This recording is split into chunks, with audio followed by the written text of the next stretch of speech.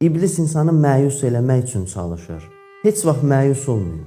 Harda məyus oldun, orada artıq hər şeyin dayanacağı yerdir. Ondan sonra tənəzzül başlayır, aşağı getməyə başlayır. Çünki bütün pisliklər ümidin itib, məyusluğun olduğu yerdən başlayır. Bütün pisliklər oradan başlayır. Bir insan, məsələn bir xanım ya bir kişi ailəsi üçün fədakarlıq eləyir, zəhmət çəkir, deyir yaxşı olacaq, düzələcək. Yox, bu dəfə olmadı, gələn dəfə yaxşı olacaq. O an ki, artıq ailəsi ilə bağlı ümidi bitdi onun, ümidi qurtardı ki, yox, bundan sonra da yaxşı olmayacaq. Ümid bitdi, o məyusluq ki, gəldi, o ailə dağılmağa məhkumdur, dağılacaq. İstənilən şeyi saxlayan ümiddir. Ümid qurtardısa, o şey qurtardı. Məyusluq bir yerə gəldisə, orada həyat dayandı deməkdir.